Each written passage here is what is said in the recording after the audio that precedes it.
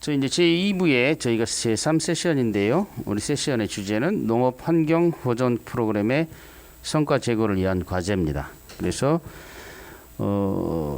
이시도르 연구소의 김남은 전문님께서 먼저 농업 환경 보존 프로그램의 현안과 개선 과제, 두 번째로는 괴산군 신기마을의 원길식 총무님께서 괴산군 신기마을 농업 환경 보존 프로그램 사례에 대해서 발표를 하겠습니다. 발표 15분, 토론 10분씩 하고 나머지 시간은 종합 토론을 하는 방식으로 진행하겠습니다. 먼저 김남은 전무님 발표 부탁드립니다.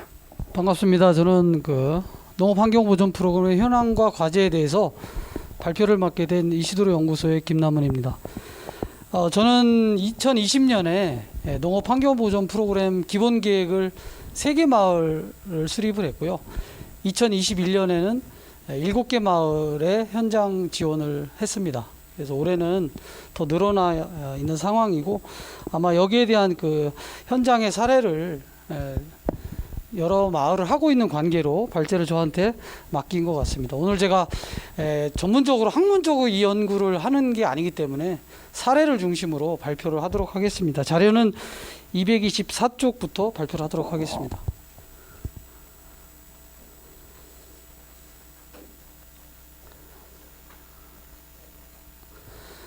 현재 농업환경보존 프로그램은 전국적으로 44개 시군에서 진행되고 있는데요. 올해 경기도와 제주도가 신규 마을이 생기면서 이제 명실공히 농업환경보존 프로그램이 전국적으로 시행되는 사업이 됐습니다. 앞으로 매년 예정대로라면 40개 마을씩 확대가 될 것이기 때문에 농업 분야에서 굉장히 중요한 사업으로 남을 거라고 생각을 하고 있습니다. 전남 지역이 조금 많은 이유는 예정에 없었던 걸로 알고 있는데 친환경 집적지구 사업이 전남 지역이 다수가 선정되면서 이 사업이 필수적인 사업으로 되면서 전남 지역이 늘어나게 됐습니다. 그래서 전남 지역이 현재 올해 1년차 사업 포함해서 현재 16개 마을로 가장 많고요. 경기도가 현재 김포 1개 마을로 가장 적게 분포되어 있습니다. 지도를 보면 현재 1년차 마을과 시범 마을까지 포함해서 표기를 했는데요.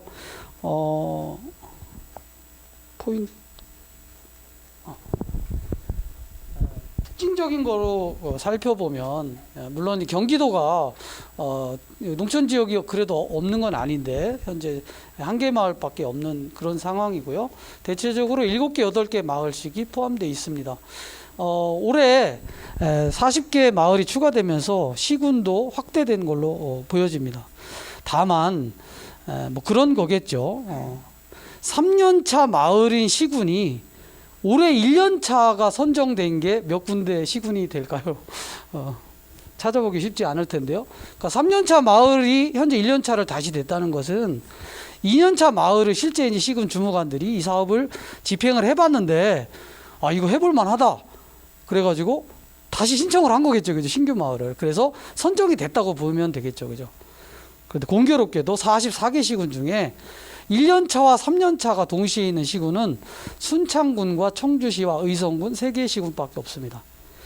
그만큼 이 사업이 농민 마을에서는 굉장히 호응이 좋은 사업인데 공무원들한테는 그렇게 공무원 안 계시죠. 주무관들한테 그렇게 좋은 사업은 아니었던 걸로 데이터상으로 나와 있다 그런 겁니다. 그만큼 주무관들의 업무가 굉장히 과중되어 있는데 이게 이 사업에 대한 증빙 서류가 굉장히 복잡합니다. 이게 거의 1억 원어치 증빙을 하려면 아마 증빙 서류가 페이지로 한 이만큼 될 것 같은데 이거를 다달이 이거를 점검을 해야 되기 때문에 주무관들의 업무가 굉장히 과다하게 된다고 보겠죠. 그래서 저는 오늘 꼭 말씀드리고 싶은 게 농식품부가 됐든 농어촌부서가 됐든 순창군, 청주시, 의성군은 거기 담당 팀장이 됐든 주무관한테 뭐 표창장이라도 하나 줘야 되지 않을까라는 그런 생각을 했습니다. 전체적으로 이렇습니다. 참여 농가 수는 전국 25개 마을에, 이건 2021년 기준입니다. 25개 마을에 1,600여 농가가 참여를 했는데요. 평균적으로 최소 20농가, 최대 185농가로 되어 있는데 경북이 가장 높은 이유는 아마 1개 마을이라고 하는데 실제 보면 청도 같은 경우 경북의 청도 같은 데 보면 실제 마을이 4군데 돼요. 그러니까 참여 농가수가 100농가가 훨씬 넘게 되는 그런 거가 되겠죠. 충북의 괴산에 있는 제비마을이라는 데는 부흥 1, 2, 3, 4, 5리 5개 리가 같이 참여하고 있기 때문에 농가수에서의 약간의 그런 차이가 있다고 보시면 되겠습니다. 그래서 마을별로 참여 인원이 많은 이유는 마을이 2-3개 마을이 이렇게 같이 참여하고 있다고 보시면 되겠습니다. 그래서 평균적으로는 보통 한 40, 50 농가들이 마을에는 있다라고 보시면 되겠습니다. 활동의 종류를 보면 전체 개인 활동 16가지 중에 평균적으로 개인 활동은 5가지 정도를 선택했고요. 공동 활동은 14개 활동 중에서 보통 7개 정도, 7, 8개 정도를 활동을 했습니다. 개인 활동보다는 공동 활동에 대한 가지수의 선호도가 더 높은 걸로 알고 있습니다. 개인 활동 한번 살펴보겠습니다. 개인 활동 중에서 저희가 농어촌공사에서 받은 자료를 정리를 하다 보니까 약간 숫자에 뭐 오차가 있을 수도 있을 것 같습니다.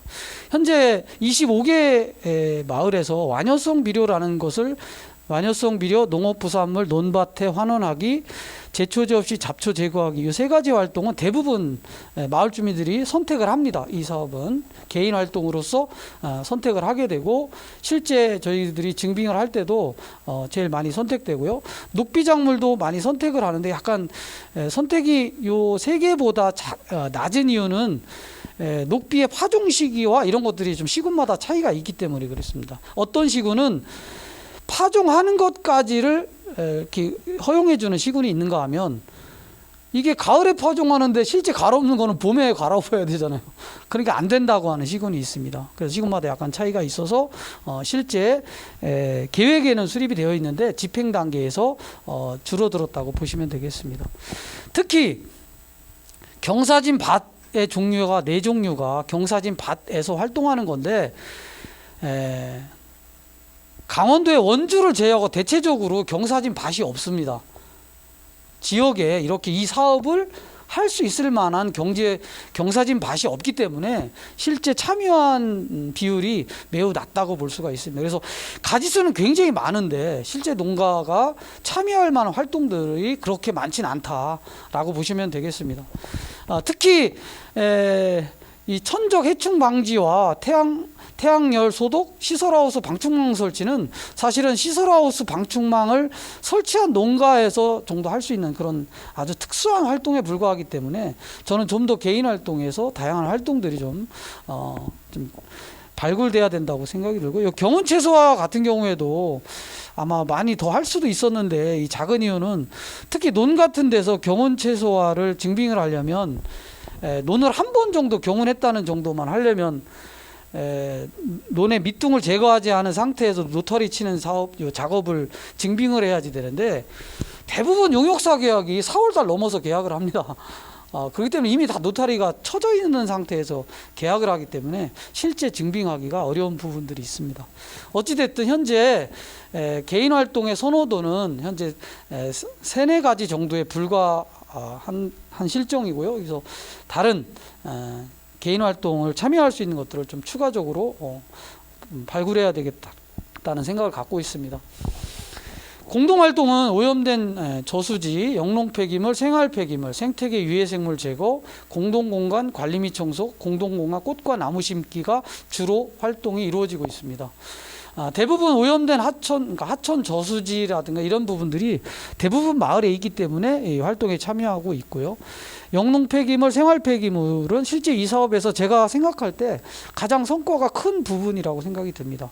실제 마을에서 특히 생활 폐기물은 평균적으로 한 3-4톤 정도가 마을에서 배출된 걸로 나와 있습니다. 저희가 그 현장 지원하는 마을에서는요. 그래서 지금 공익형 직불제에서 영농 폐기물 수거는 뭐 12시간 뭐 이런 게 있지만 실제 생활 폐기물에 대한 부분이 없어서 이 사업에서 많이 참여를 하게 됐고요.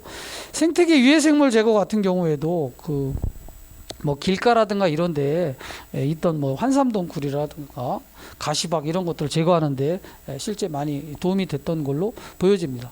물론 공동공간 관리 및 청소와 꽃과 나무 심기도 실제 많이 참여를 하고 있지만, 참여 인원수를 한번 연간 누적된 인원수로 봤을 때 오염된 하천 저수지, 하고 공동공간 관리 및 청소 요 부분에 많이 집중되어 있는 걸로 보여집니다. 이것은 증빙을 할 때 좀 애매한 부분이 있습니다. 그럼 대체적으로 그냥 공동공간 관리 및 청소로 집어넣어서 그런 경우가 좀 있습니다.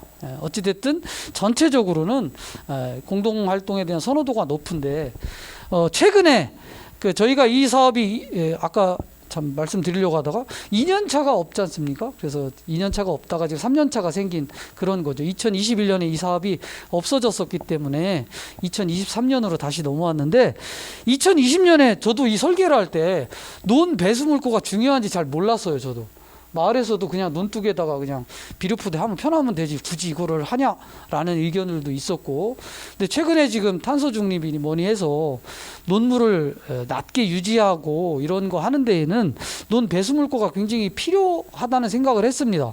그래서 올해 좀 설치를 몇 개 지역에서 설치를 했었는데 상당수 사업에 반영이 안 돼 있는 상황입니다. 이 사업 자체가. 그래서 저는 이것을 좀 반영하는데 좀 지역 시군에서 좀 융통성을 발휘할 수 있도록, 이 없는 사업을 집어넣는 건 더 어렵습니다. 이 변경 사항이. 그래서 그런 말씀을 드리겠습니다. 생태조사는 현재 저희가 논밭 과수원 이렇게 해서 하다 보니까 어떤 데는 논밭이 다 있는 경우가 있고요. 논밭 과수원이 참 다 있는 경우가 있고 논밭만 있는 경우가 있다 보니까 현재 생태조사 등급 분포는 이렇습니다. 근데 대체적으로 C, D 등급이 많죠. B 등급은 10군데라고 하자면 실제 마을로 따지면 한 3, 4개 마을이라고 봐야 되겠죠. 그죠? 이게 논밭 과수원을 포함한 거기 때문에 대체적으로 생태 등급이 올해는 아마 C 등급 쪽으로 많이 올라올 거라고 생각합니다. 이것도 마찬가지예요. 대체적으로 용역사 계약이 4월 달에 이루어지다 보니까 이미 식물 생태계는 조사가 좀 어려운 지점들이 있었습니다. 2021년에. 그래서 상당수 지역이 D 등급이 나왔던 것이고 올해는 아마 C 등급 쪽으로 많이 진출할 거라고 생각이 듭니다. 생태 등급 분포로 보면 논이 C 등급이 많죠. 논이 많은데 밭에 비해서 논이 아무래도 논의 논두렁이라든가 또 실제 예전에 비해서 저희가 사업을 하는 데서 제초제 없이 잡초 제거하는 활동들을 많이 하다 보니까 실제 식물 생태계라든가 이런 것들이 그래도 밭에 비해서는 많이 좋아져 있는 상태고요.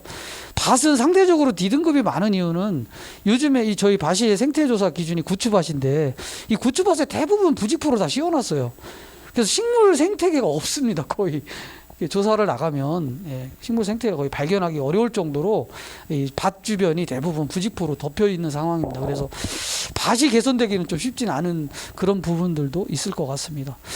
과수원도 비율적으로 보면 C, B 등급이 좀 많은 편인데 과수 농가들도 제초제 사용을 많이 하지 않고 초생재배 이런 활동들을 많이 하다 보니까 상대적으로 생태조사 등급이 좀 높게 나오는 걸로 보여집니다. 아마 올해는 더 좋아질 거라고 생각하고 있습니다.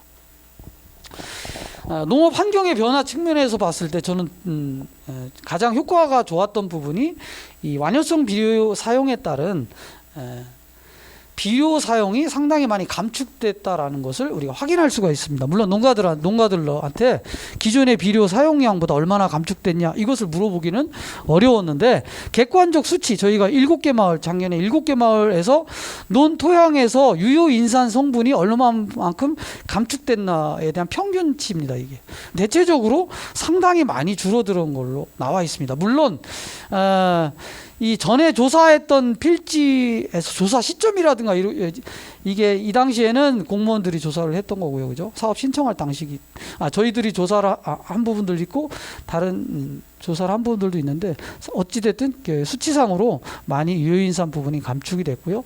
저수지가 조사 가능한 마을이 이쪽에는 저수지가 없어서 조사가 안 됐고 저수지가 가능한 마을에서도 실제 그 물에 있는 총인 성분 자체가 상당히 많이 감축된 거. 요거는 대부분 하류에 있는 저수지를 나타냅니다. 그래서 상류에서 농사를 졌고 하류에 있는 수질 검사를 저희가 했을 경우에 전년에 비해서 상당히 인 성분이 감축됐다. 그래서 토양과 수질에서 동시에 이 인 성분이 감소했다는 부분은 실제 농가들이 비료 사용이 상당히 많이 감소된 걸로 우리가 추측할 수 있다고 생각합니다. 인식 변화에서는 이거 평균 농어촌공사에서 받은 자료에 의하면 어찌됐든 2021년에 상당히 많이 여러 가지 참여 의지라든가 지원 체계 이런 개선 효과들이 월등하게 좋게 나오고 있습니다. 물론 마을마다 조금 다른데 좀 다른 어떤 폭이 좀 큰 부분이 제가 지난번에 봤을 때 지원 체계 부분에서 마을 간의 편차가 굉장히 심한데 이게 어디에 나오냐면 사업 변경 때문에 나옵니다. 사업 변경이 까다로운 시구는 좋지 않다고 나오는 거겠죠. 지원 체계가 공무원들이 까다롭게 굴게 되기 때문에 대체적으로는 참여 의지라든가 참여도 농업 환경 개선 효과는 골고루 좋게 나오는 걸로 나타나고 있습니다.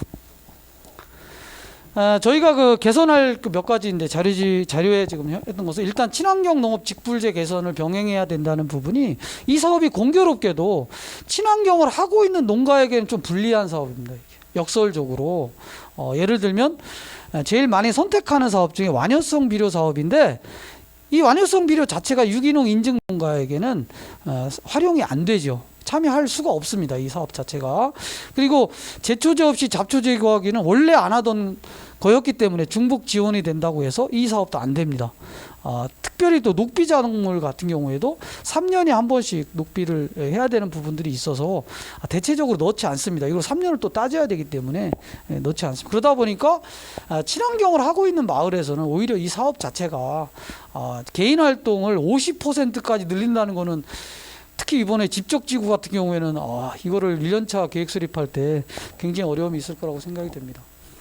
또 양질의 퇴비보다는 화학비료를 권장하는 듯한 그런 거죠. 완효성 비료 사용이라고 하는 부분이 제가 엊그제 뉴스에서 봤는데 완효성 비료를 코팅하는 이 재료가 미세 플라스틱이라는 거예요. 이게 그래가지고 이게 토양과 하천에 잔류가 돼서 이게 흘러간다는 거예요. 미세 플라스틱이. 근데 우리도 알고 있겠지만 미세 플라스틱은 먹이사슬 체계에서 내가 먹을 수 있는 그런 건데 지금 얼마 전 뉴스에 나온 거는 일부 업체에서 코팅 재료를 광분해성 성분으로 개선했다 이런 거니까 그럼 지금까지 그럼 우리가 사용했던 완효성 비료는 다 미세 플라스틱으로 코팅한 그런 거를 쓴 거잖아요. 그죠? 그래서 저는 뭐 유기질 퇴비 사용을 뭐 좀 포함시킨다든가 또는 화학비료하고는 좀 다르지만 농약 사용에서도 관행 농가들이 친환경 방제하는 부분을 좀 추가한다든가 트랩을 사용하게 한다든가 이런 부분들이 좀 추가되면 어떨까라는 생각을 해봤습니다. 또 특히 수도작에서 녹비 작물은 이제 신규 마을서부터 올해 적용이 되는데 콩과 작물만 지원이 됩니다. 그래서 우리가 논에 이거를 넣었을 때 논물을 댔을 때 이게 부식이 되면서 메탄이 발생한다고 그래서 현재 논에서는 지금 벽과 작물, 호밀이라든가 이런 거는 현재 이제 올해부터 논에서는 할 수가 없게 되어 있습니다.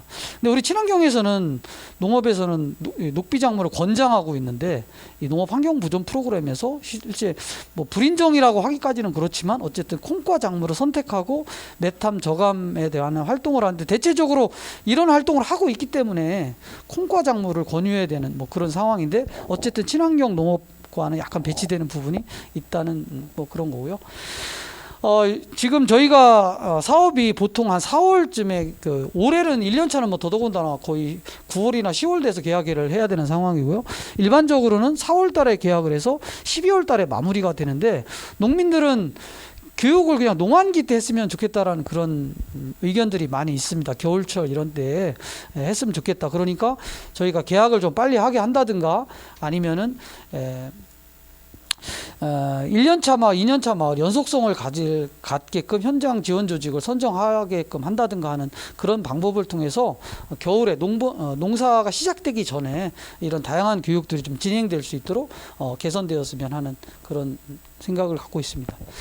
이거 외에 현재 지금 제가 제안하고 싶은 것 중에는 이제 활동에 대한 제안인데요. 활동에 대한 현재 아까 말씀드린 경사진 밭에서 우리가 활동할 수 있는 활동이 굉장히 제한되어 있기 때문에 제가 다른 것은 좀 아까 설명드렸고 생분해성 비닐 사용이라든가 이런 부분들도 마찬가지입니다. 현재 비닐 사용이 거의 일반화되다시피 하고 있는 상황에서 이런 다양한 활동들을 좀 추가했으면 하는 거고 이런 것들이 현재 3년차 마을과 1년차 마을이 좀 구분이 되어 있습니다. 그런데 이 1년차 마을에서 새롭게 된 것들을 3년차 마을에 적용하는 거를 조금 더 쉽게, 특히 바이오차 같은 거는 3년차 마을에 새롭게 추가가 되어 있는데 1년차 마을에 지금 새로 추가가 되어 있는데 3년차 마을에 이것을 적용을 하는 거는 또 시군과 굉장히 많은 협의를 거쳐야 되는 그런 겁니다. 그래서 신규 사업 지금 개정안이 나온 거를 3년차 마을에서도 적용하는 거를 좀 더 쉽게 뭔가 농어촌공사에서 각 그 시도에 지침을 내려주면 어떨까 그런 생각을 했습니다. 이상입니다. 예, 안녕하세요. 신기마을 총무 원규식입니다. 저희 마을은 2001년도부터 친환경 농업을 시작해 왔습니다. 괴산에서는 가장 먼저 시작한 마을이기도 하고, 현재 흑사랑 영농조합에 그걸 만드는데 주도적으로 참여한 그런 마을이었습니다. 20농가 중에 14농가라 했는데 이번에 한 농가가 더 친환경으로 들어와서 15농가가 친환경인 거고요.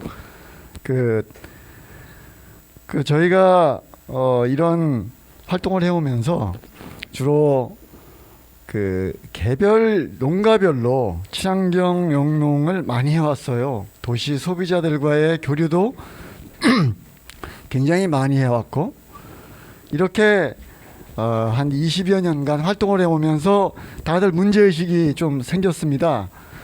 이렇게 개별 농가별로 또는 면 단위의 영농조합을 만들어서 함께하는 건 하는데 왜 우리 마을에 함께하는 활동을 못 만들고 있냐. 사실 저희 마을은 굉장히 지저분하고 또 마을 안뜰은 일반 관행농이 많이 들어와 있고요. 그래서 이런 걸 보면서 이제 친환경 농업을 좀 마을 단위로 해봤으면 좋겠다, 마을 단위 활동을 해봤으면 좋겠다라는 그런 목소리들이 많이 나왔는데, 마침 이 친환경 보존 프로그램이 좀 들어왔어요. 우리 마을 활동이라는 게 동계 한번 하고 명절 때 풀깎기 한 것 이외에 사실 마을 사람들이 모일 자리 거의 없어요. 1년에 그게 3번, 많이 모여봤자 3번 정도였는데, 이런 마을 안에 공동활동, 공동체적인 어떤 분위기를 좀 만드는 게 좋겠다. 그리고 마을 안에 들어와 있는 일반 관행 필지들을 어떻게 하면 좀 바꿀 수 있을까? 이런 것들. 그게 이격거리 문제 때문에 그 필지가 있는 곳은 친환경 농업을 하기도 굉장히 어렵고요. 그런 측면이 있어서 이 환경보존 프로그램으로 마을의 공동체성, 그리고 일반 관행농을 친환경 농업으로 좀 전환하는데 계기를 만들어 보자. 이렇게 좀 해서 마을 분들이 같이 모여서 의논하고 활동을 해보자고 했고요.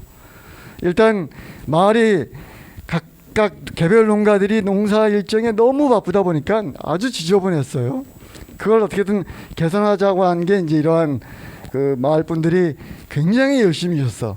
그간 마을에 이런 지저분한 것들 보고 마음에 걸렸던 마음들이 본물처럼 나왔습니다. 굉장히 열심히 나오세요. 그래서 마을 이런 가꾸기가 마을 국도변부터 마을 회관, 마을 안길도 이렇게 계속 가꿔왔고요. 쉼터도 저렇게 만들고 꽃도 좀 가꾸고 이런 활동을 계속 해왔습니다. 영농 생활 쓰레기도 이게 많이들 태우셨어요.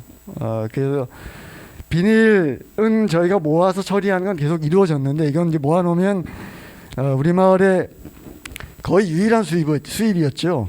한 200에서 300 정도가 이 비닐 값으로 면사무소에서 집어넣어주면 그걸로 이제 겨울에 견학 간다든지 마을 주민들이 어디 놀러 간다든지 이런 걸 썼는데, 그런 활동은 계속 하면서 이 집에서 소각하는 건 좀 없애자. 그래서 이러한 쓰레기들을 부직포를 특히나 많이 태우기도 했고요. 집안 쓰레기도 많이 태웠는데 이것들을 좀 모아서 처리하는 활동들을 좀 계속 진행했습니다. 이런 활동을 하면서 이제 저희가 올해 들어가면서 이제 저희가 3년 차인데 저희가 이제 활동을 벌린 게 그 공동 농장을 만들어 보자 라고 했습니다. 그래서 우리 마을 안뜰에 있는 논들이 대부분 다 관행이었어요. 그래서 이런 관행 필지들을, 그리고 이 관행 필지들이 대부분 종중 땅이에요.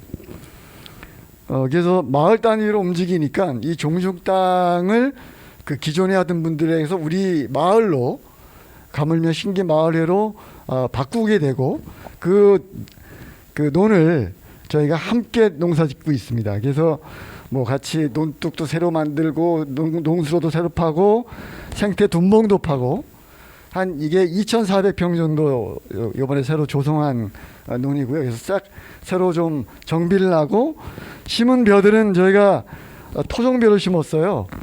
그래서 요거 이유는 올해 괴산에서 유기농 엑스포가 진행됩니다. 그래서 기왕이면 좀 의미 있고 볼거리도 되는 걸로 좀 해보자 해서 마을, 제가 이제 예전 몇 년 전부터 마을 저쪽 바깥쪽으로 한 1,000평 정도 농사를 짓는 거였는데, 이러한 붉은 매, 검은 매, 백석 이런 이제 좀 토종 색깔 있는 벼들을 마을 가장 안쪽으로 가져와서 이번에 2,400평을 다 이렇게 해서 좀 모양이 올해 좋게 나올 것 같고요. 이 논을 그 관리하기 위해서 계속 논둑을 깎고 뭐 이렇게 그 논배수로 설치하고 그 우렁이 넣어서 관리하고 활동을 하고 있습니다. 저 둔봉은 해보니까 효과가 상당히 좋더라고요. 저기 물고기도 많이 살고 도롱뇽도 나오더라고요. 그래서 생태계가 굉장히 좀 좋아진다라는 게 느끼고요. 그러니까 1년 내내 물이 고여 있는 곳들이 그렇게 많지 않았거든요. 그 1년 내내 물이 깊이 고여 있는 곳들이 생기니까 굉장히 다양한 생물들이 나타나고 있고요. 그리고 이 블루베리는 사실 폐원하는 곳이 많은 작물이에요. 이게 수확 과정에서 그 인력이 워낙 많이 들어가고 또 판로 문제도 좀 있고 그래서 폐원하고 있는데, 저희가 본 거는 노인분들이 그냥 좀 소일거리 삼아서 따면 그냥 그분 용돈은 좀 되지 않을까. 그래서 폐원하는 그 농장에서 저희가 묘목을 마련 사가지고 한 600평 정도 농장을 조성했습니다. 그래서 요 농장도 같이 관리하고 있고요. 그리고 연 그 다랑이도 두 다랑이, 하나는 200평 되고 하나는 한 500평 되는 두 다랑이를 연 농장을 만들었어요. 지금 아주 연꽃이 활짝 펴가지고 마을 안쪽들이 정말 보기 좋습니다. 예, 마을 분들이 굉장히 흐뭇해하기도 하고, 한 내년쯤에는 연근을 수확해가지고 좀 팔아보자 이런 말씀을 하시고 계시죠.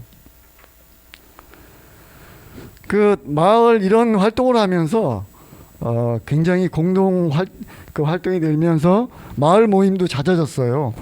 이런 모임이 없었어요.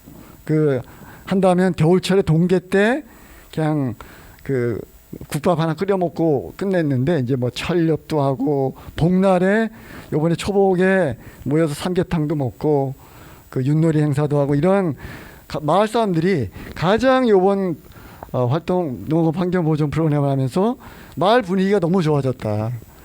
1년에 몇 번 보던 사람들이 이젠 매주 봅니다. 그것도 굉장히 열심히 나오시고 활동들을 참여하면서 관계도 굉장히 좋아졌고요. 뭐 생태조사, 우리 여기 논살림 사회적 협동조합 오셨는데 작년에도 해주셨고 올해도 정말 꼼꼼하게 조사를 해주시고 계세요. 그래서 저희 마을에 생태계가 어떻게 변화하는지 논하고 밭도 같이 조사하고 계셔서 저희도 많이 주목하고 있습니다. 뭐 그래서 생물 다양성 조사를 이렇게 다양하게 진행하고 있고, 그래서 둔봉까지 포함해서 뭐 교육도 우리 논살림 사회적 협동조합이 굉장히 의욕적으로 교육에 나서 주셔서 조사만 사실 해주실 줄 알았는데, 보면 뭐 이렇게 5회간에서 농업의 이 뭐 가치부터 어떤 미적인 문제나 생태계나 이런 다양한 교육들을 농가들하고 같이 이렇게 짜서 농가 주민들한테 함께 할 수 있도록 해서 이제까지는 그 중장년에 농가를 중심으로 개별 농가가 친환경 농업을 이곳저곳에서 했었어요. 그러니까 우리 집적지구라는 게 지구조성사업이라는 게 실은 굉장히 어려운 게 그 친환경 농업을 지속하기 어려운 게 그 계약이 임대차 계약이 끝나면 또 다른 데로 옮겨가야 되는 게 친환경 농업의 현실인데 그래서 친환경 농가들이 계속 농지를 찾아 헤매고 다니는 상황이고 정작 마을 주변을 많이 놓치고 있는데 마을이 힘을 합치니까 마을 안뜰도 이렇게 확보하면서 이 마을을 통해서 친환경 농업이 새로운 단계로 좀 들어갈 수 있지 않을까라고 기대를 해봅니다. 이제까지 개별 농가 단위, 개별 영농조합 단위로 움직였다면 이게 마을 단위로 움직일 수 있는 친환경 농업의 새로운 계기가 저는 보인다. 그래서 지금 저희가 하고 있는 마을의 어떤 그 매주 하고 있는 그 공동 활동들, 다양한 공동 활동을 하고 있는데 이것들이 굉장히 좀 그 호응을 많이 받는 게 아무리 해도 늘지 않던 그 마을 안뜰이 친환경 농업으로 바뀌고 있다는 거. 친환경 농업에 대해서 사실 관심이 없던 분들이 친환경 농업으로 넘어오고 있다는 거. 이게 20년을 저희가 친환경 농업을 해도 못했던 것을 요 3년 만에 해내고 있습니다. 그러니까 저희가 친환경 농업을 영농조합을 할 때 굉장히 성공적으로 했어요. 제가 들으셨겠지만 흑사랑 영농조합이 현재 70가구까지 늘려서 굉장히 모범적인 친환경 농업 단체임에도 불구하고 마을 단위는 사실은 이렇게 좀 빈약한 상태였는데 이 프로그램을 계기로 새로운 전환점이 만들어지고 있다라고 보여집니다. 아쉬운 거는 저희가 이제 3년 차라 이게 2년 남았어요. 다들 걱정하시는 게 야, 이 벌려놓은 거를 사업 끝나면 어떻게 유지할까가 참 걱정입니다. 그래서 마을 주민들의 자발적인 협력으로 넘어가야 되지 않냐라는 말씀들을 하시는데 사실은 현실적으로 쉽지는 않은 것이어서 이것들에 대한 지속을 좀 어떻게 이어갈까. 마을이 친환경 농업의 새로운 근거지가 되는 좀 지속 가능한 방식에 대해서 좀 방법을 찾아주셨으면 좋겠습니다. 예, 고맙습니다. 자, 시간이 오늘 전체적으로 늦어지고 있어서요. 곧바로 진행하도록 하겠습니다. 시간 관계상 소개는 명패로 대신하고요. 오늘 토론자분들께서 말씀하시는 걸 같이 들었는데 제가 굳이 요약하지 않고 우선 시간 관리에 충실해서 하고요. 시간이 되면 저는 마무리 말씀에서 한 칸 정도 쓰도록 하겠습니다. 자, 오늘 두 분이 발표를 해 주셨는데요. 아까 우리 오늘 계속 학회에서 했던 얘기들 중에 친환경 농산물의 소비가 오히려 줄어들고 있다. 그거는 가격이 비싸서 그렇다 하고 소비자들이 응답을 하고 있는데 그것은 친환경 농산물에 대해서 그냥 먹거리 안전성에 대한 의식만 가지고 있기 때문에 그걸 소비하는 사람이 다 부담하라는 얘기잖아요. 그러다 보니까 이 가격이 높아서 소비가 안 되고 이런 게 되는데 잠깐만요. 오늘 저희가 지금 하고 있는 이 농촌 환경 보전 프로그램은 납세자들이 아는지 모르는지 모르는 사이에 이 비용을 지불하고 있는 거잖아요. 그래서 그것들이 우리 전체한테 해당되는 것이고 또 농촌 마을에 있는 주민들이 그런 것들에 대한 인식이 훨씬 커져야 하는 단계에 있는 것 같습니다. 그것을 아까 주무관님 말씀도 하시고 그랬는데 관리 감독을 하는 거에는 한계가 있으니까요. 그래서 여러 항목들이 있고 오늘 발표하신 내용도 있고 또 새로 지침에 대해서 우리 또 농어촌공사분들도 와 계시니까 실질적으로 그런 것들이 현장에서 도움이 될 수 있도록 토론해서 어떤 개선 방안도 이렇게 말씀해 주시면 어떨까 싶습니다. 자, 그럼 자유롭게 토론 순서를 좌에서 우로식으로는 안 할 테니까요. 자유롭게 말씀해 주시면 좋겠습니다. 자유가 항상 좋은 건 아니에요. 예, 자, 조원주 교수님부터. 네, 안녕하십니까. 예, 방금 전에 소개받은 충북대학교 농업경제학과의 조원주입니다. 네, 오늘 두 분 귀중한 발표 잘 들었습니다. 이제 뭐 간단히 제가 뭐 코멘트를 조금 뭐 드리고 싶은 내용은요. 일단 지금 이 농업환경 보존 프로그램이 지금 2016년부터 사업이 준비돼서 지금 2020년 현재는 전국에서 한 65개 마을에서 농업환경 보존 프로그램이 성공적으로 시행 중에 있습니다. 그래 그때 보시면 사업 초기에는 여러 가지 좀 시행착오도 많았지만 그래도 현재는 꽤 안정적으로 사업이 진행되고 있다라고 말씀드리겠습니다. 근데 여기에서 제가 제 기억을 좀 더듬어 보면 특히 좀 초기에 이 농업환경 보존 프로그램을 디자인할 때 이 개인 활동과 공동 활동을 어떻게 설계하고 운영할지에 대한 논의가 좀 많았던 것 같습니다. 그래서 사업 초기에 보시면 지금 우리나라 농촌 현실을 고려할 때 그때는 공동 활동이 과연 가능할까? 라고 하는 이러한 조금 회의적인 시각도 있었던 것 같습니다. 과거와 달리 요즘 우리나라 국내 농촌 이런 공동체가 이런 많이 와해되어 있는 그런 현실을 고려할 때 이러한 공동 활동이 불가능할 것이라는 그런 우려도 많았던 것 같습니다. 근데 지금 현재 뭐 두 분 발표에서 내용을 보신 바와 같이 이런 현재 성과를 보면 참여 마을에서 개인 활동보다 오히려 이런 공동 활동을 더 선호하고 공동 활동이 잘 이루어지고 있는 이런 매우 고무적인 결과를 보이고 있다라고 말씀드리고 있습니다. 근데 특히 이렇게 농업환경 보존 프로그램을 이런 좀 확대 발전시킬 때 저 개인적으로 이런 공동 활동에 대한 선호가 매우 중요하다고 생각합니다. 그 이유는 몇 가지가 있는데요.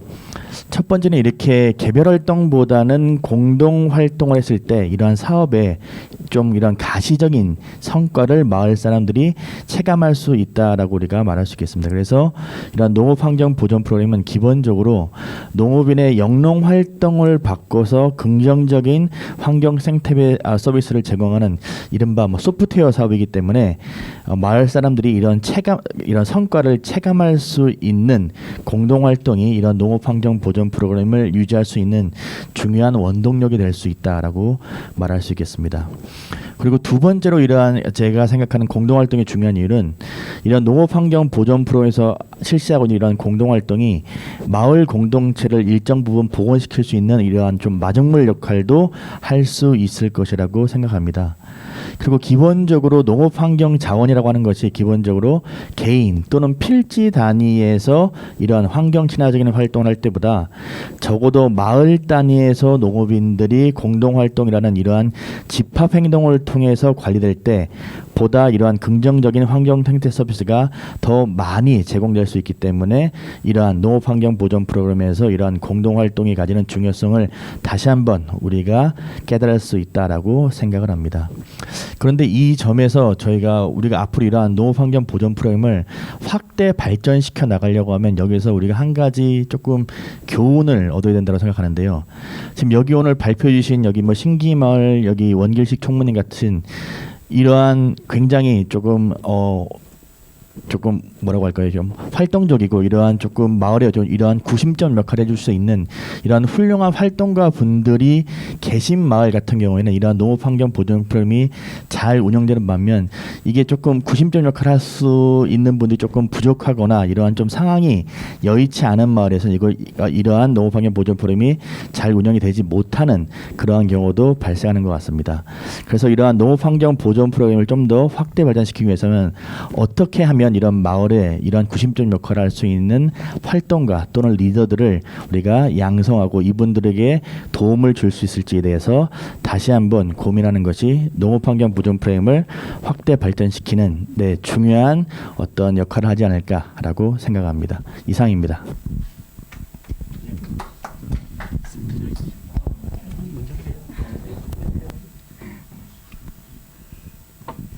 네, 저는 한국농어촌공사에 근무하고 있는 김재옥이라고 합니다.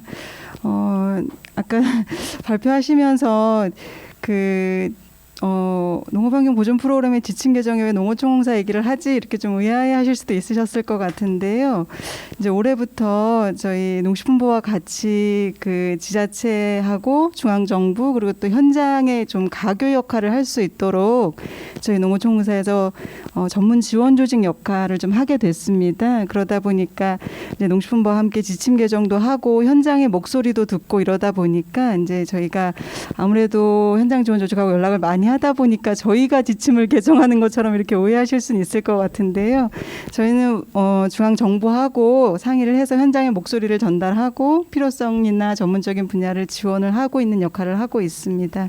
그래서 오늘 나와서 저희도 이게 이제 아까도 말씀드렸지만 사업이 3년차 마을이 있고 1년차 마을이 있는데 이제 어떤 가시적인 성과 그다음에 어떤 그 효과 이런 걸 얘기를 지금 이제 하고들은 있는데요. 이게 이제 시기가 맞는지에 대한 의문점이 듭니다. 3년밖에 안 했는데 그리고 또 처음 마을들은 적응하느라고 바쁘셨어요. 지금 3년 차까지 해오시는 마을들은 시범 사업을 한 마을들도 있지만 처음 이 사업을 접하시는 마을들이었고 좀 허둥지둥한 부분도 없지 않아 있고 그렇거든요. 그래서 이제 마을들이 이제 그 활동들을 적응해 가고 인지해 가고 있는 중이어서 너무 이른 평가는 하지 말고 좀 지원해주고 응원해줬으면 하는 게 제 개인적인 바람이고요. 그리고 아까 이제 여러 개의 활동들이 있었습니다. 지금 이제 개인 활동 16개, 공동 활동 한 15개 정도 되는 활동들이 있는데 그 각각의 활동들이 수용성이 좀 천차만별입니다. 그걸 저희가 이제 분석을 하고 있습니다. 이게 왜 마을에서 수용성이 떨어질까? 난이도가 안 맞나? 지금 농업의 현장에 난이도가 안 맞는지 아니면 단가가 적정하지 않은지 아니면 또 활동이 아까처럼 토양 양분 유출 같은 경우에는 저는 그렇게 이해를 하는데 꼭 경사진 밭에만 양분 유출을 하라는 건 아니거든요. 밭에다가 하시면 돼요. 요즘에는 워낙 강우가 또 강강도가 크기 때문에 경사가 안 져도 토양이 유실이 되고 있습니다. 그래서 밭에는 적용을 할 수 있을 것 같은데 꼭 경사진 밭에 적용을 하셔야 된다라고 이해를 하시는 게 제가 잘못 생각하고 있나 싶을 정도로 이따 박사님들 얘기도 같이 좀 들었으면 좋겠는데요. 각각 활동에 대한 이해가 조금 마을마다 좀 받아들이는 게 다르지 않나 싶은 생각도 듭니다. 그래서 저희가 지금 하고 있는 활동들을 계속 좀 현장하고 또 현장에서 적용되는 활동들을 계속 피드백 받으면서 단가도 조정을 하고 난이도도 조정을 하고 또 활동이 안 맞으면 신규 활동도 발굴하는 활동들을 지금 중앙정부랑 해 나가고 있는 중입니다. 그래서 많이 좀 응원해 주시고 지지해 주셨으면 좋겠고요.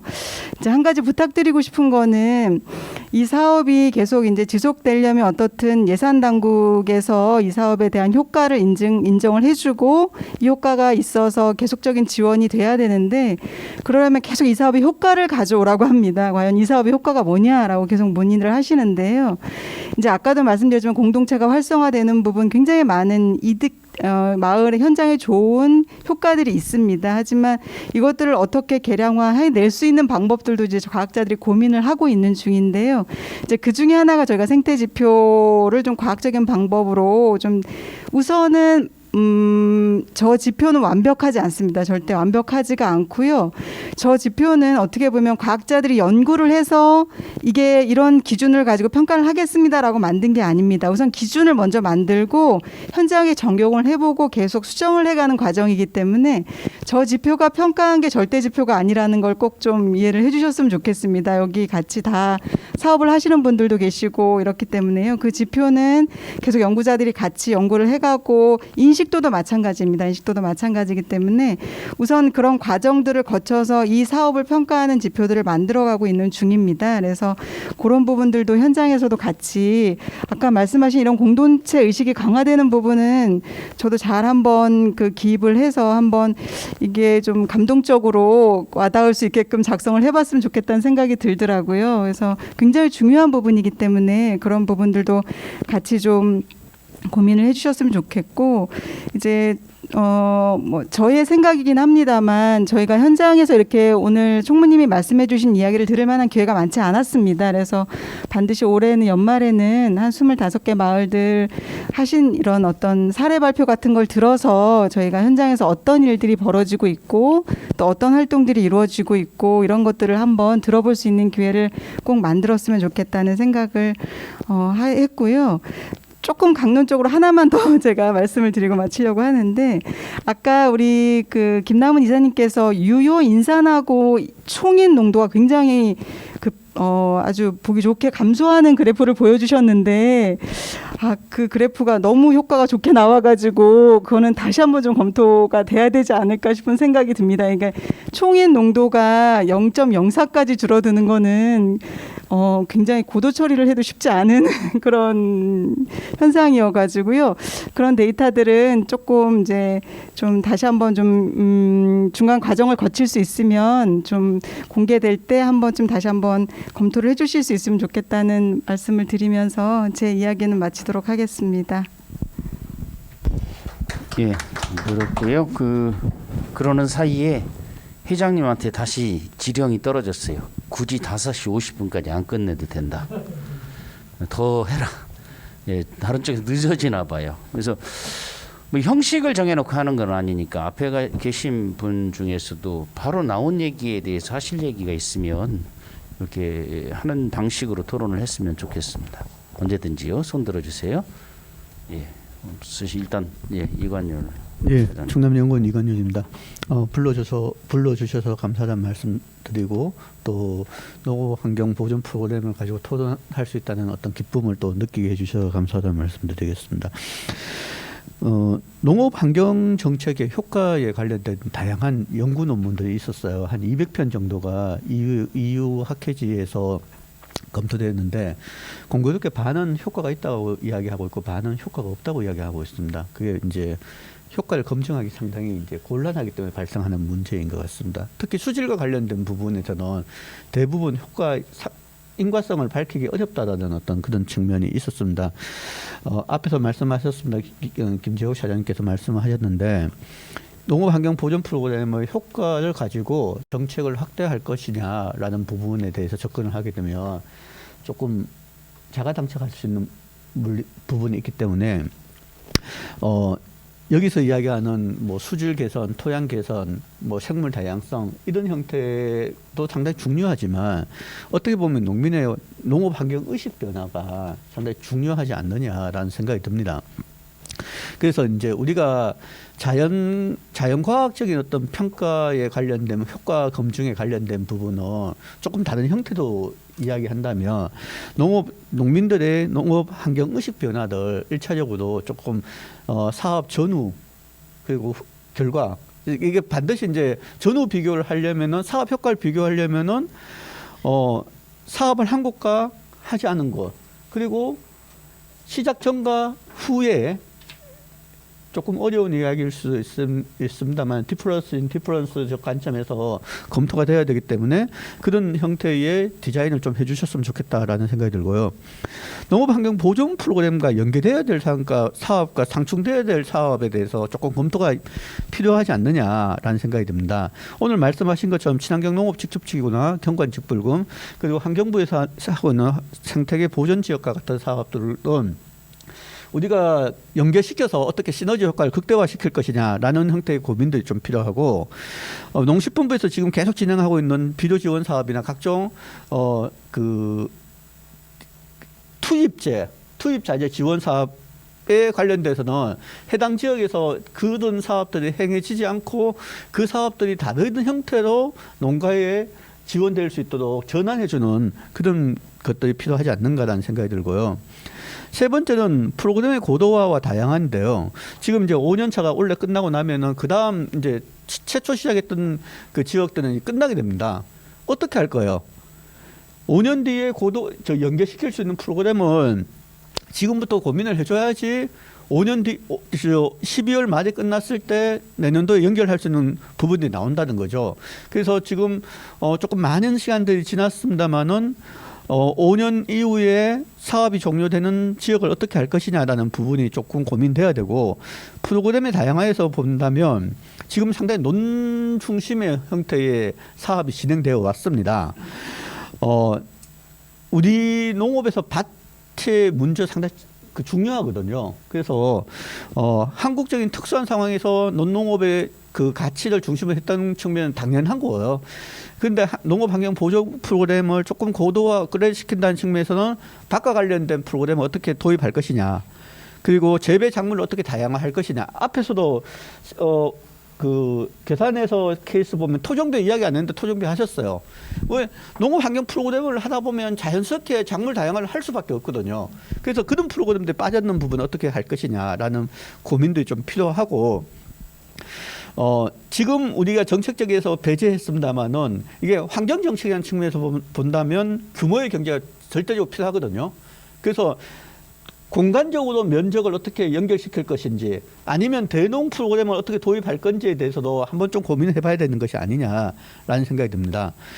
그리고 그 네 번째로 말씀드리고 싶은 거는 제가 원래 우연찮게 심사를 다니면서 느낀 건데,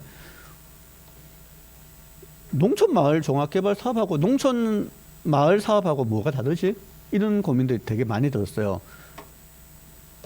농업 환경 정책이라는 관점에서 이 정책의 지속성과 구체성과 차별성을 확보해야 되는데 점점 마을 만들기 사업처럼 변질되어 가고 있는 부분들이 있습니다. 그래서 그런 요소들을 어떻게 제거할 것인지라는 부분들이 좀 고민돼야 될 것 같고요.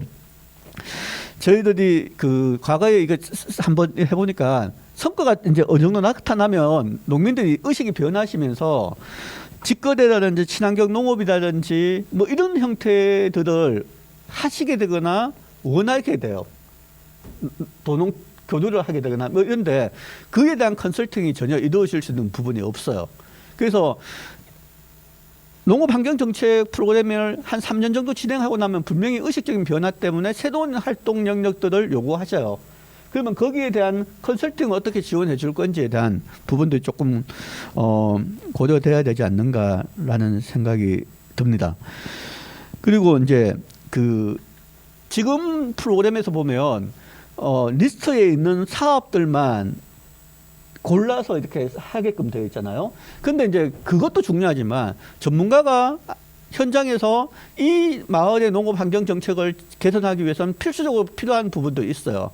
그거는 강제적으로 요구하는 정책도 필요한 거죠.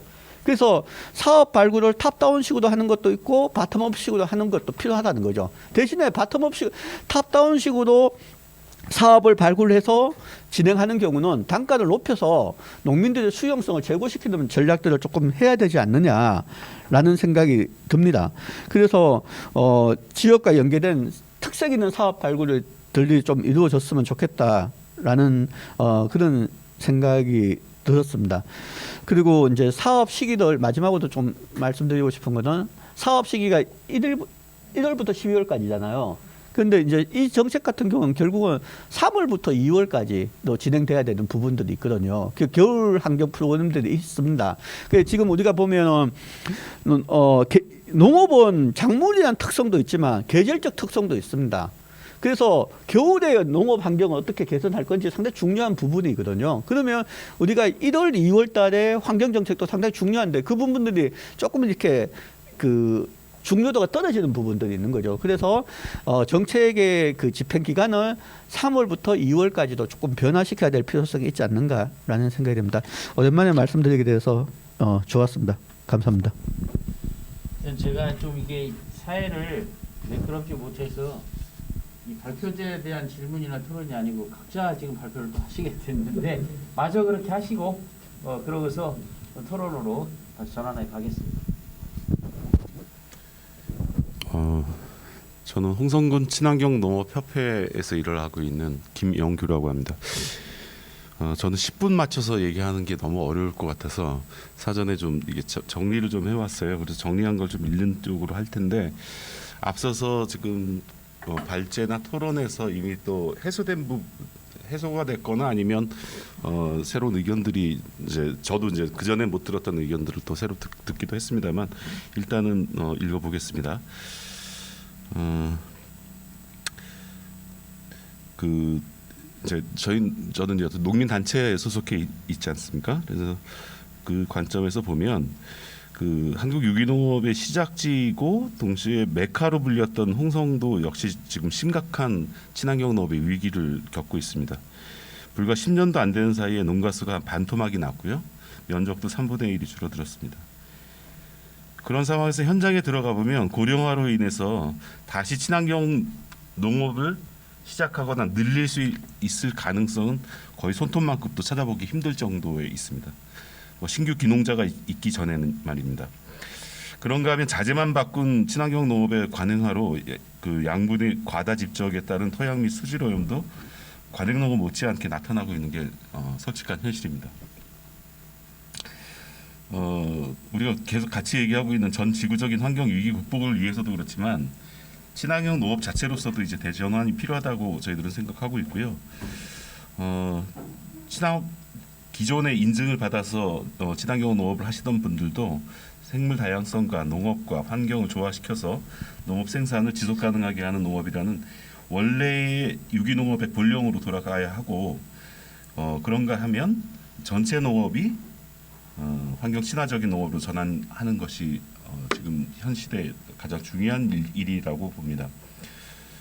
그런 면에서 농업환경 보존 프로그램은 계속적인 수정 보완이 필요하겠지만 상당히 유효한 수단으로 현장에서 판단되어집니다. 저희 협회는 이 점에 주목하고 협회의 역할을 최근에 들어서 찾고 있습니다.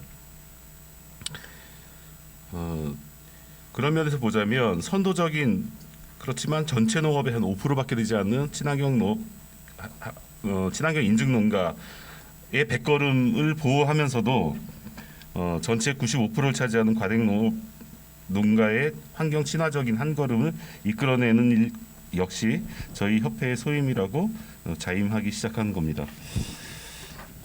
참고로 홍성군에서는 2019년도에 한 개소, 금년에 3개 마을이 농프에 선정되어서 사업을 진행하고 있고 저희 협회가 그 준비와 현장 활동을 지난해부터 지원하고 있습니다. 현장 지원 조직의 역할을 준비하고 있는 겁니다. 여기서부터 저희가 좀 당면한 과제 또는 저희가 확인한 내용들을 몇 가지만 좀 짚어볼 참인데요. 첫 번째는 지원 체계에 대한 문제입니다. 다 아시듯이 이제 고령화된 농촌 현실에 마을 내에서 실무를 진행할 인력이 절대적으로 부족합니다. 실제 들어가 보면은 굉장히 심각한 경우들을 직면하게 되는데요. 그 때문에 이제 정부는 교육과 컨설팅, 의견 수렴, 조사와 진단, 계획 수립, 이행 점검 등의 업무를 담당할 지자체와 주민 간의 가교 역할로 현장 지원 조직, 현장 지원 조직을 신설할 수 있도록 유도하고 있는 것까지는 확인됩니다. 그런데 말 그대로 현장에 붙어 있어야 현장에 도움이 되는데 이 역할을 지금 외부의 컨설팅 업체가 대부분 도맡고 있습니다. 당연히 현장에 그러다 보니까 이제 당연히 현장에서는 불만이 있고요. 또 컨설팅 업체 입장에서는 여러 마을을 맡는 경우가 아니면 경제성이 없다고 어려움을 호소하기도 합니다. 이해가 상충되고 있는 지점들이 발생하는 거죠. 실제 현장에서는 보다 높은 수준의 농업 환경 보존 활동으로 나아갈 수 있도록 현장에 밀착해서 필지를 돌면서 해당 농민의 수준을 감안한 현장 지도가 필요한데 이걸 한 달에 한두 번도 오기 힘든 외부 업체가 수행하는 게 가능할까요? 따라서 기초지자체에서 향후 중간 지원 조직으로 발전해 갈 수 있는 현장 지원 조직을 설립할 수 있도록 정부의 지침이 지금보다 더 정교하게 정리되어야 한다고 생각합니다. 또 광역 단위로 농프와 관련한 전문가 그룹이 구성돼서 현장 지원 조직을 지원할 수 있는 틀도 필요하고 현장 지원 조직의 전문성 제고를 위해서 농어촌공사가 맡고 있는 전문 지원 조직의 교육도 저희들이 볼 때는 필요하다고 보여집니다. 두 번째로 좀 전에 김지욱 차장님 말씀 있으셨습니다만 생물 다양성 조사가 현재의 농프 매뉴얼대로라면 대단히 형식적이라는 지적들이 곳곳에서 있습니다. 약간의 교육과 훈련만 받으면 누구나 할 수 있도록 설계된 셈인데 시간을 두고 현재와 같은 방식으로 축적한 생물 다양성 조사 결과가 의미가 있을 수 있을지 의문스러운 지점이 있습니다. 현행의 조사는 현재까지의 조사는 기초 자료로서의 가치가 없다는 전문가들의 지적도 들립니다. 저희 지역에서는 매뉴얼보다 수준을 높인 조사를 준비하기도 하고 그다음에 조사 전문가들을 양성하는 교육을 진행하기도 하는데요. 어쨌든 이 부분에 대해서도 추가적인 검토와 보완이 필요해 보입니다. 그리고 마지막으로 사업의 연속성과 확대에 대한 문제인데요. 어쨌든 농프가 가지고 있는 그 몇 년 되진 않았습니다만 일정한 성과들이 이제 여기저기서 보여지는데 이게 이제 농업 문제뿐만 아니라 농촌 문제도 부분적으로 풀 수 있고 그다음에 농업인뿐만 아니라 농촌에 거주하고 있는 다양한 주민들의 문제를 효과적으로 같이 풀 수 있는 그다음에 공동체를 복원하는 데도 도움이 되고 있는 다양한 문제를 풀 수 있는 형태의 사업이라고 보는데요. 지금처럼 한 해에 40개소 선정하는 속도로 해서 얼마나 많은 마을에서 실천을 할 수 있을까 하는 점에서 좀 속도를 내야 되지 않은가 뭐 이런 생각이 좀 들고요. 오늘 앞서 있었던 세션에서도 선택형 직불제와 관련해서 얘기도 있었고 그 안에 내용적으로 보면 사실은 농부의 내용들이 들어가 있었던 걸 확인했었는데 어쨌든 이게 저는 개인적으로 이 대표적인 그 선택형 직불제로 가는 길을 이 안에서 열어 나가야 되는 거 아닌가 하는 생각을 하고요. 농식품부에서도 좀 더 깊은 고민과 계획을 세워주셨으면 하는 바람입니다. 이상입니다. 예, 이상으로서 우리 패널분들 4분 말씀이 있으셨고요. 이제 발표하신 분들이니까 좀 한번 여기서 이제 접고 가겠습니다. 그래서 이제 앞에 계신 분들도 자유롭게 좀 질문도 해주시고요. 지금 우리 조원주 교수님께서 처음에 말씀하실 때 오늘 발표한 계산의 마을에서는 청문님 같은 활동가가 있어서 가능하다 이렇게 이제 그런 말씀을 해주셨는데 그런 활동가 열정적이고 희생적이고 역량 있는 활동가에 기댈 수는 없죠. 예, 그것은 결국 시스템으로 가야 하는 건데 시스템이라고 하는 것은 결국 작게는 지침, 사업 물량, 그 다음에 사업비겠죠. 구체적으로 들어가면 사업비 안에서의 운영비, 더 파고 들어가면 지금 우리 홍성의 사무국장님 말씀하신 내용이 결국은 인건비입니다. 예, 그래서 오늘 어떤 다양한 토론을 자유롭게 하는데 우리가 오늘 이 자리에서 현실적으로 뭐 하나의 대안이라도 만들고 했으면 좋겠거든요. 얘기가 너무 선언적으로 가면은 얻을 것이 없을 것 같아서요.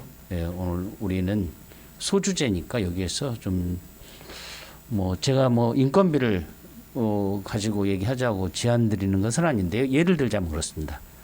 뭔가 좀 현실적이고 구체적이면서 뭐 하나는 여기서 좀 나와줬으면 어떻겠나. 아직 시간은 조금 있으니까요. 좀 활발한 토론이 좀 있으면 좋겠습니다. 예, 자유롭게 지금부터 손 들면 제가 발언권 드리겠습니다. 예, 선생님. 잠시만요. 여기 마이크를 좀. 네, 안녕하세요. 논살림 사회적 협동조합에서 활동하는 박민숙입니다. 우연찮게도 이 농프 프로그램하고 연결된 마을들하고 활동을 같이 하게 됐어요. 오늘 발표하시는 이제 신기마을도 저희가 교육도 담당하고 있고 생태조사도 지금 담당을 하고 있는 상황이었고요. 지금 보니까 안 오신 김문환 이장님도 안 오셨는데 그 마을도 저희가 이제 담당을 해서 사실 생태조사를 하고 있는 입장인 거고요.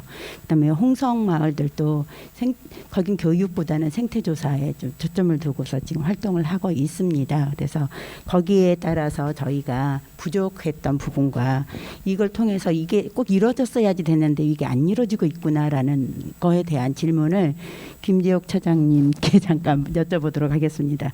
네, 일단은 저희가 생태 조사를 하고 있는 입장에서 생태 조사 이제 지표 생물들이 있는 거잖아요. 근데 이 지표 생물 가지고는 조금 다양한 데이터가 나오지는 않을 거란 생각이 들어요. 그 점수화하는 건 알고는 있으나 그 지표 생물로 나와 있는 것들이 보면 날아다니는 곤충들이 중심이에요. 그래서 관행에서도 어차피 보일 수 있는 친구들이거든요. 그래서 이거 지표 생물로 가기에는 조금 어려운 아이들로만 이루어져 있어서 특히나 이제 날아다니지 않는 복조류랄지 이런 종류는 전혀 조사 데이터에 없단 말이에요. 그래서 이런 거에 대한 데이터도 필요할 텐데, 그래서 사실 신기마을에서는 저희가 다양한 조사를 일부러 하고 있습니다. 홍성에서도 일부러 다양한 조사를 하는 게 저희가 거기서 지표로 주는 데이터하고 그 같은 1m에서 떴을 때 나오는 생물들의 밀도까지도 저희가 이제 같이 기록을 지금 하고는 있는데, 이 기록을 한다 해서 이게 과연 자료 제공이 될 수 있을까? 이걸 자료를 통해서 가지고 가셔서 정말 이게 지표가 됐으면 좋겠는데, 그러니까 종다양성 지수를 이렇게 뽑아 주셨으면 좋겠는데 저희가 조사한다 해서 사실은 그 데이터가 안 들어갈 가능성도 클 것이다. 단지 그래도 우리가 들고 있는 게 훨씬 낫겠다 싶어서 어쨌든 조사를 가니까 조사를 해요. 첫 번째. 그래서 지표 생물에 대한 조금 평가표가 좀 네, 종다양수 지수가 조금 매뉴얼화 됐으면 좀 좋겠다. 최소한 이 생물이 나오면 여기에 딸려서 이런 생물들이 나타날 것이다라는 그런 게 좀 필요했으면 좋겠다라는 생각을 드리는 거고요. 뭐 논뚝식물도 마찬가지로 저희가 조사를 하다 보니까 예초기로 많이 깎은 데일수록 다년생 기는 식물들 위주로 많이 나오잖아요. 근데 그 지표 식물에 보니까 토끼풀 같은 경우도 빠져 있는 상황이에요. 그래서 이런 경우는 사실 가서 보면 우점하는 게 그렇게 오랫동안 농사 짓는 곳에 가장 우점하는 게 토끼풀인데 이런 것들까지도 빠져 있어서 좀 지표종을 좀 바꾸어야 하지 않을까라는 생각을 이제 드리는 거고요. 제가 이 생물 조사를 하면서 안타까운 건 뭐냐면 이 생물이 정말 전문가가 가서 조사할 일이 아니고 그 마을이 변해가는 모습을 보게 하기 위한 게 아니었나 저는 이렇게 생각이 들거든요. 그러면 최소한 그 마을에 한두 분이라도 같이 함께 조사하고 같이 바라보고 우리 마을에 그런 게 있어? 사실은 신기마을은 이제 지난번에 한번 교육을 통해서 했더니 지나가시는 어르신들이 우리 논에 뭐가 있는 거야? 네, 이런 거 나왔어요. 어이구 맞네. 이렇게라도 보고 가시면서 그전에는 수고하십니다가 아니라 그냥 당연히 그냥 누군가가 와서 잘 활동을 하나 보단데 그렇게 관심을 가져주시거든요. 그래서 이게 교육과 함께 가야 하는 건데 교육 따르고 생태 조사는 또 따르고 이게 아니라 그 마을을 같이 함께 가고 그 조사한 내용에서부터 주민들의 의식 변화가 있어야지 되는 게 아닌가라는 이 안타까움을 제가 좀 갖고 있어서 잠깐 말씀을 드렸습니다. 그래서 교육과 함께 생태 조사도 이루어지고 이런 여러 가지 환경적인 변화 과정을 좀 알아가는 상황이 됐으면 좋겠다. 주민들은 그건 따르고 그냥 공동체로 만났으니까 작업하고 이게 아니라 공동체로 만났을 때 교육도 함께 이루어졌으면 이 조사하는 단위와 같이 이루어져서 한 3년, 4년 차는 사실은 전문가가 간 게 아니라 자체에서 조사할 수 있는 시스템이었으면 좋겠다라는 생각이 들어서 이거에 대한 방안이 또 혹시 갖고 있으신지 여쭤보고자 했습니다. 김재욱 사장님 답변하시겠습니까? 네. 좋은 의견과 질의 주셔서 감사합니다. 그 지표생물 이야기는 농식품부를 통해서 전달을 받았고요. 지금 이제 지표생물이 좀 누락이 된 부분들이 있는 것들은 회장님한테 마을 방송을 해달라고